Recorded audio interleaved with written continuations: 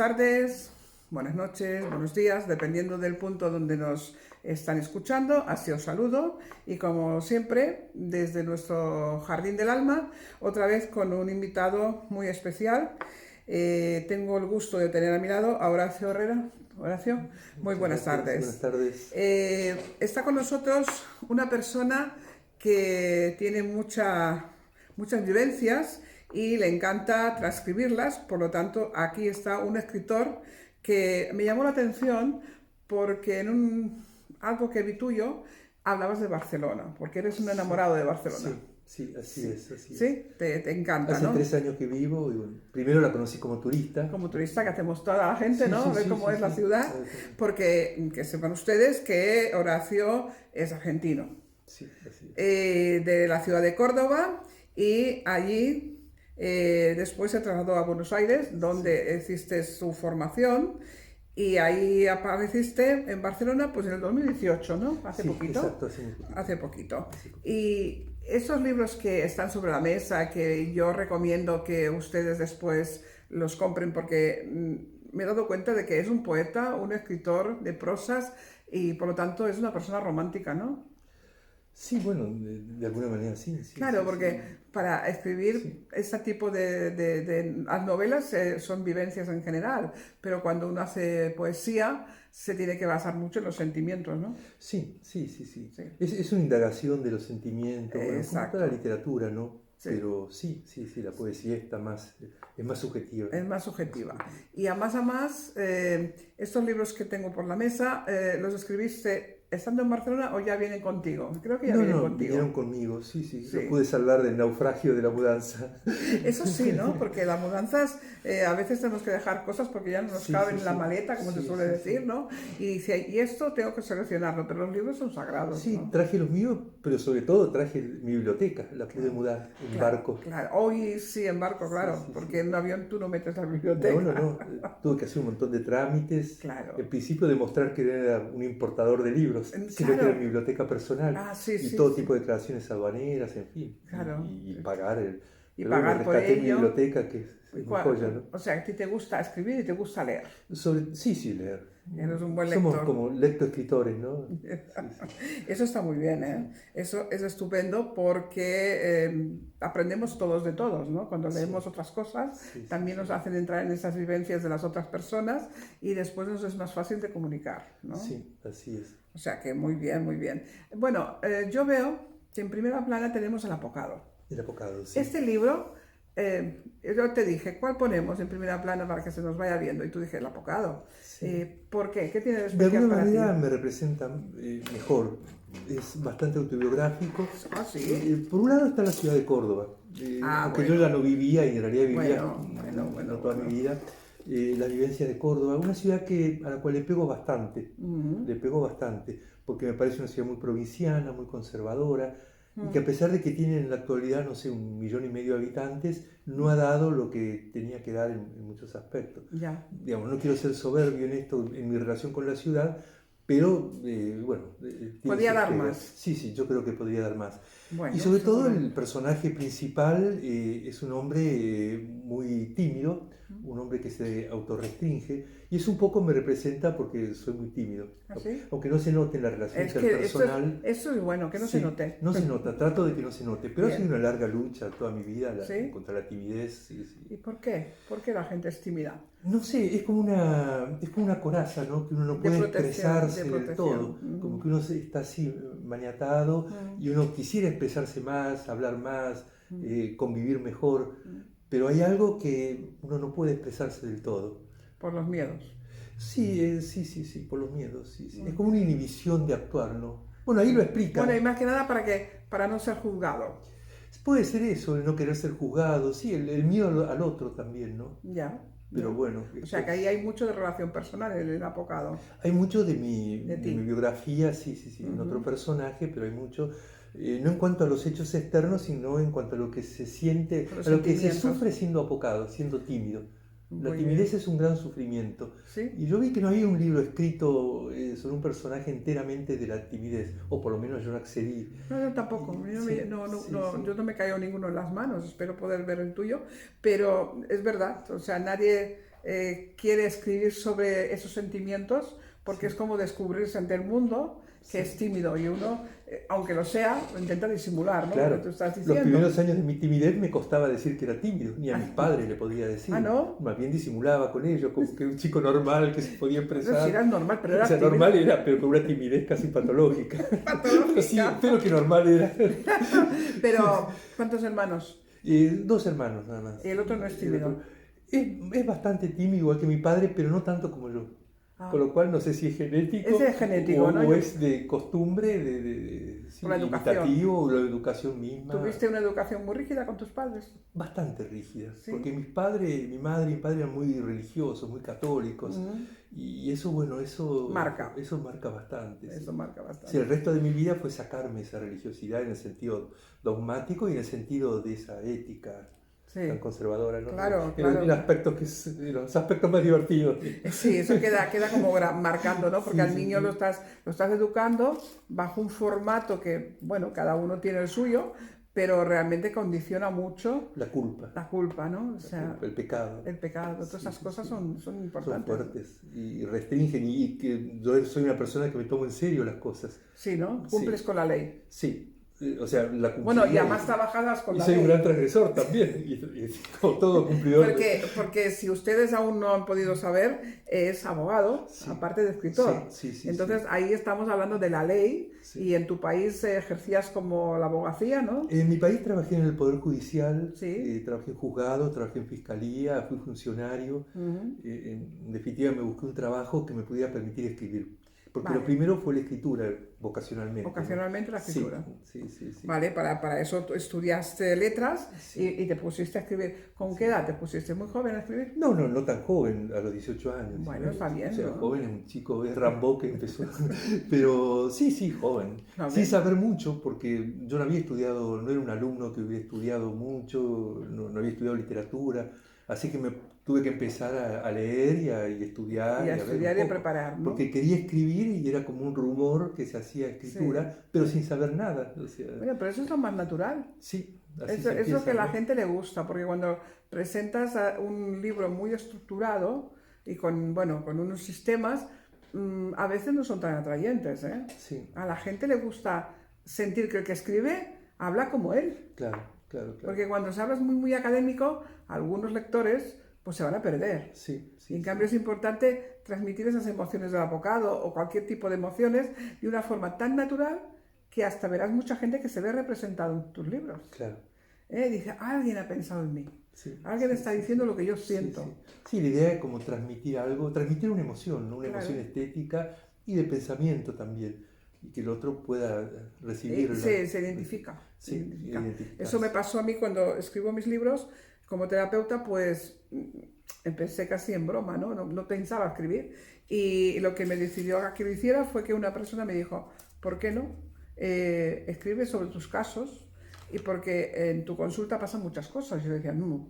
Dice, sí, contigo he podido decir cosas y explicarte cosas que a otras personas no me atrevería. Claro. Entonces, si tú escribes, sabrán que estás ahí. Y sabrán dónde pueden recurrir, porque a veces son temas muy concretos que la gente no puede compartir con cualquiera, ¿no? Claro. Y en tu caso, pues ya esto es un hecho, a timidez, que la gente primero le cuesta reconocerse y aceptarse, y sobre todo no sentirse que es algo como si fuera una enfermedad, sino que es algo natural. Sí. Es que todo tímido es como un malquerido por sí mismo. Entonces cuesta, es lo que tú dices, cuesta mucho aceptarse, bueno, todo a mí la escritura me ayudó, obviamente. Claro, un malquerido por ti mismo. O sea, es una baja autoestima. Sí, lo que un terapeuta diría. Una baja autoestima. Pero claro, cuando uno va creciendo, tiene que decidir dar el salto y decir, pues yo me quiero. Yo me quiero. Y la primera que se tiene que ver, porque no puedes esperar que los demás te quieran. Tienes que quererte tú, tienes que valorarte.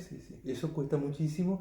Uno nunca domina del todo la timidez porque es como un vicio del sentimiento. Y uno se acostumbra a ese vicio, pero sí aprende a quererse y aceptarse, ¿no? Y aceptarse y hacer que no pasa nada, que cada uno, unos son rubios, otros son morenos, y en este caso tú eres tímido. Sí, así es. Pero lo tienes que llevar de una forma que ya estás superando, ¿no? Porque sales escribiendo y con ello ya te estás reconociendo y superando. Y sobre todo convertirlo en algo positivo. Claro. ¿no? O sea, no en un resentimiento social, sino en algo positivo. Que lo más importante es que los libros te sirvan como terapia.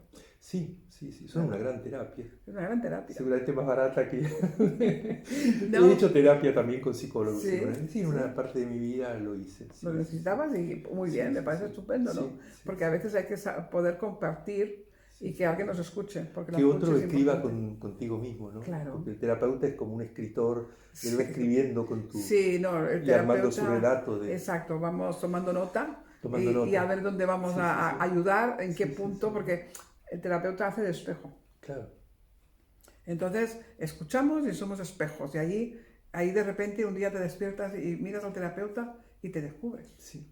Y armas tu relato, y uno al principio le cuesta descubrirse en ese espejo, ¿no? Sí, porque te da apuro, ¿no? Porque no nos gusta que digan la verdad de las cosas, ¿no? A nadie, que te enfrenten con tu verdad personal. Pero lo importante es eso, es enfrentarse. Eso es lo principal. Claro, porque después ya, cuando lo has superado, te abren muchas puertas, sobre todo mucha tranquilidad y ganas seguridad. Sí. Y para la escritura, sobre todo, para... soltarte. Sí. Eso es importante. O sea, por eso, lo voy a sacar de cámara porque lo quiero ver cerca, por eso empezaste por ahí.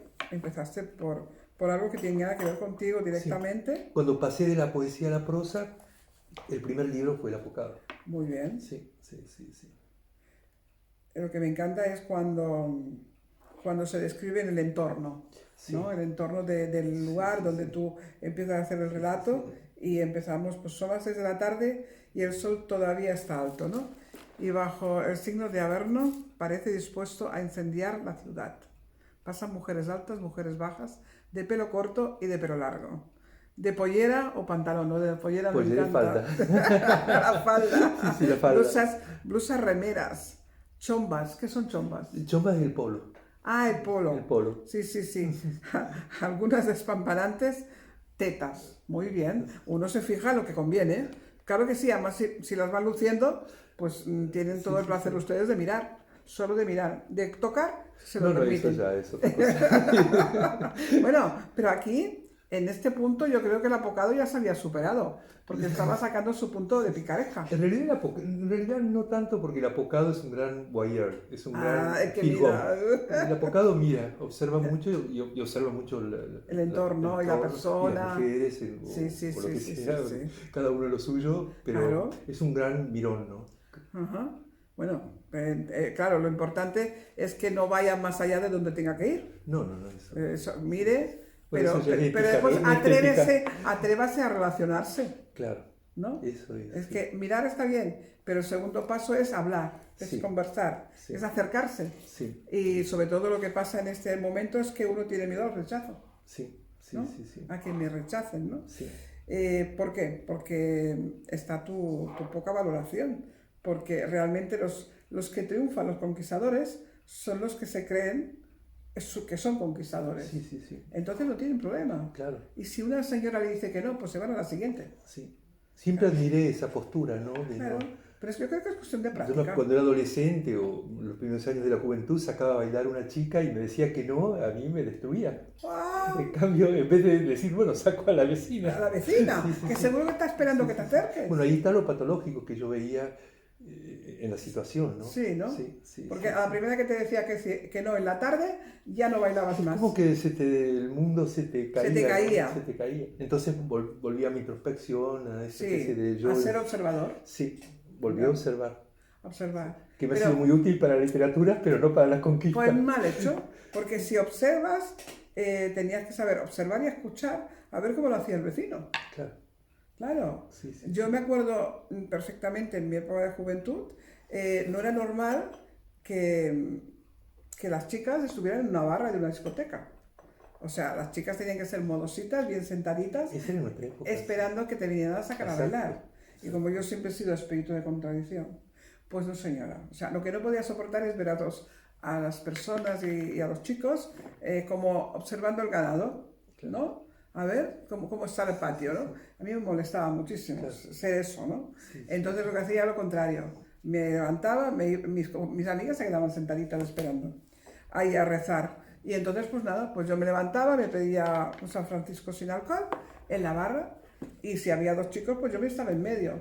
Me miraban como diciendo, ¿y tú qué haces aquí? Yo me lo miraba y digo, ¿a ti qué te importa? Pero todo eso mentalmente, pero la comunicación no verbal funciona muy bien, ¿eh? Sí, sí, sí. Sí, claro. sí, estupenda. Sí. Entonces, la actitud, ¿no? Entonces, al final se acostumbraban. Pero yo era una revolucionaria.